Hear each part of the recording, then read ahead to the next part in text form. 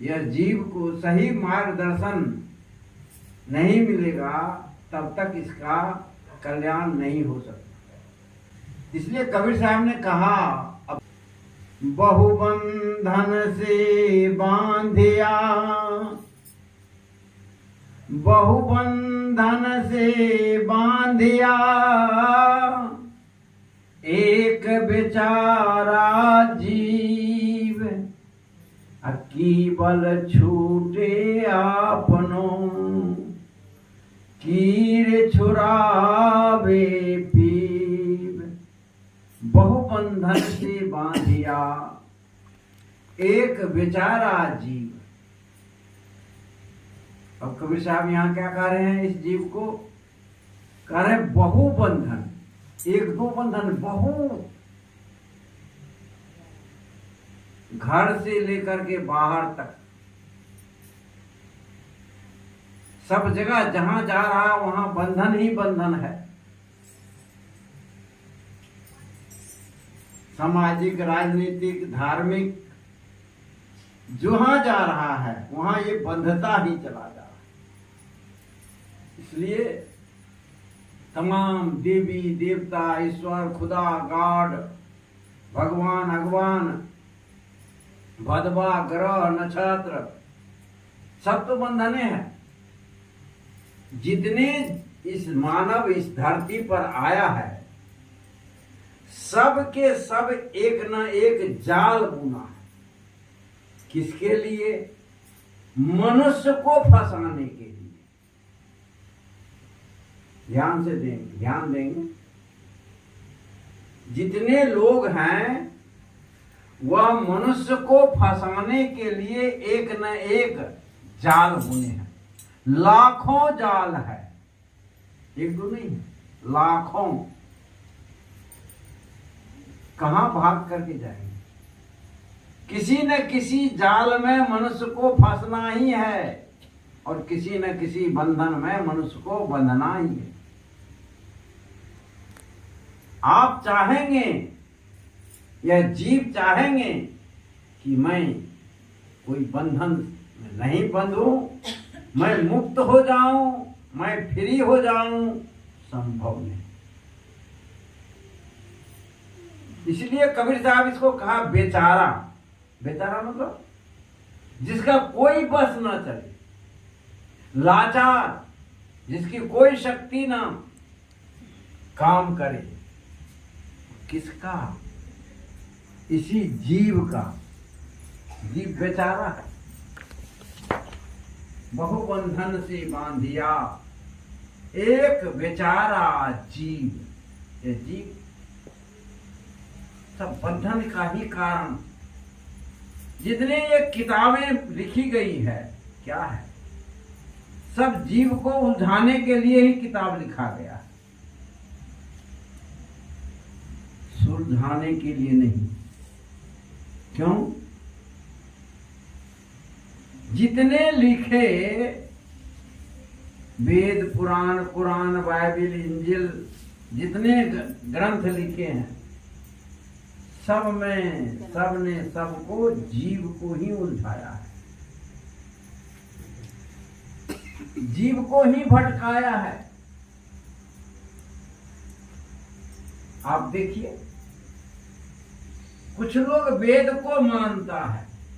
सब लोग वेद को मानता है क्या? नहीं मानता। कुछ लोग रामायण को मानता है। सब लोग रामायण को मानता है। कुछ लोग कुरान को मानता है। सब लोग कुरान को मानता है। कुछ लोग बाइबिल को मानता है। सब लोग बाइबिल को मानता है। नहीं मानता। जितने भी मत, पंथ, धर्म, संप्रदाय आज धरती पर खड़ा हो रहा है, खड़ा हुआ है, सब में मतांतर है, सब में भेद है, सब कुछ न कुछ, लेकिन परंतु लेकर के इस जीव को ही बांधने का काम, जीव को छुड़ाने का काम नहीं किया। क्यों? और जो मुक्त पुरुष होंगे उसको जाल बुनने का क्या जरूरत? ध्यान से सुनिए। जो मुक्त पुरुष होंगे उसको जाल बुनने से क्या मतलब? यदि आप जाल बुन रहे हैं आप मुक्त नहीं। किसी को फंसाना चाहते हैं, किसी को बांधना चाहते हैं, इसलिए जब आप मुक्त है ही नहीं, स्वयं बंधे हुए हैं, तो दूसरे को बंधन से मुक्त कैसे कर सकते हैं? क्या कर सकते हैं? कबीर साहब ने कहा, अंधा को अंधा मिले, अंधा को अंधा मिले, राह बतावे कौन। अब बंधा को बंधा मिले, बांध छुड़ावे कौन। एक अंधा व्यक्ति आकर के चौराहे पर खड़ा हो जाए और रास्ता पूछे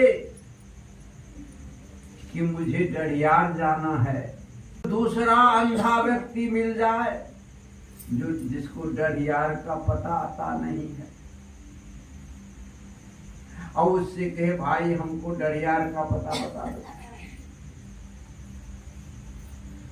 क्या वो व्यक्ति डडियार का पता बताएगा? नहीं पता। जो वह परम तत्व परमात्मा है, जिसकी सबके घर में जिसकी दुकानें चल रही है, परमात्मा की दुकान सब घट में है, सब संप्रदाय में है, सब गुरु के पास है। वह दुकान जो है परमात्मा की दुकान, सब खोल करके बैठे हैं। उसको स्वयं को परमात्मा का पता ही नहीं है कि परमात्मा है क्या। परमात्मा किसे कहते हैं पता ही नहीं। न पता जानते हैं, न अता जानते हैं, न परमात्मा को जानते हैं, लेकिन परमात्मा को बताते हैं। परमात्मा का ठेका लिए हैं बड़ा बड़ा बैनर, बड़ा बड़ा पोस्टर, बड़ा बड़ा हुजूम लेकर के चलते हैं।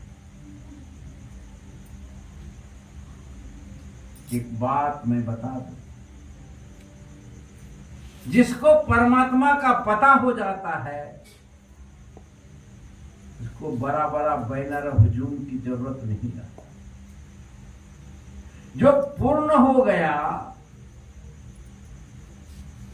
वो अब और क्या उसे चाहिए? कुछ चाहिए क्या? कोई पात्र है, चाहे लोटा हो, गिलास हो, कटोरी हो, या और कोई बड़ा ही बर्तन हो, सुराही हो, गगरी हो, उसमें आपने दूध से भर दिया। अब उसमें एक बाल के नोक बराबर खाली नहीं है। बाल के नोक बराबर भी खाली है तो खाली है, लेकिन जब खाली नहीं है अब उसमें और दूध क्या दीजिएगा? दीजिएगा क्या? यदि वह और दूध खोजता है कि इसमें और दूध चाहिए, इसका मतलब वो खाली है ना? खाली, भरा हुआ नहीं है।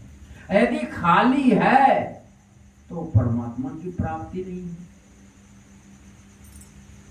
जो पूर्ण है, परमात्मा क्या है? पूर्ण है।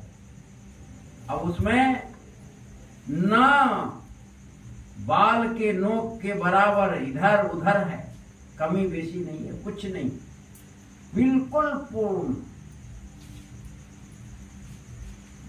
पूर्णमिदम्।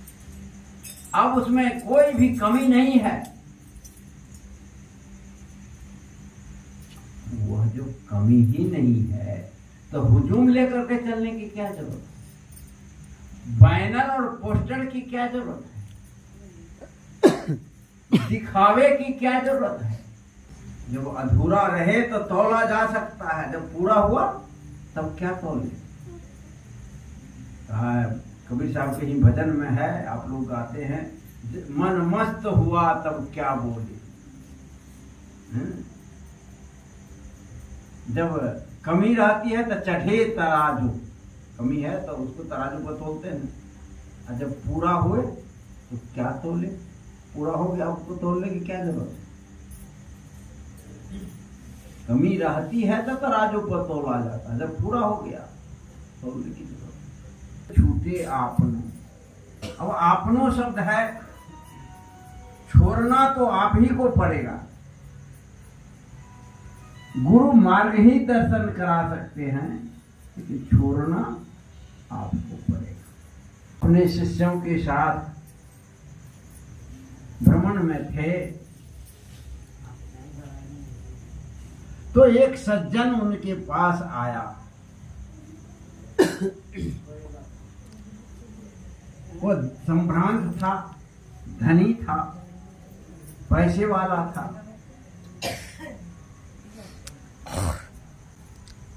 भगवान को, बुद्ध को प्रणाम किया, दंडवत किया, कुछ पूछा। बुद्ध ने कहा भजन करो, भक्ति करो, साधना करो, सत्संग करो। व्यक्ति ने कहा कि मेरे पास समय कहाँ है, मुझे फुर्सत ही नहीं मिलती, माया मुझे पकड़ रही है। माया पकड़ ली। माया क्या है? पकड़ ली। क्या पकड़ी है?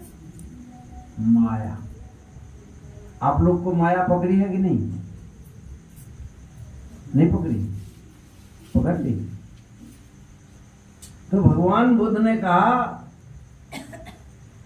वो व्यक्ति ने कहा कि माया हमको पकड़ लिया, पकड़ लिया, वो छोड़ती ही नहीं है।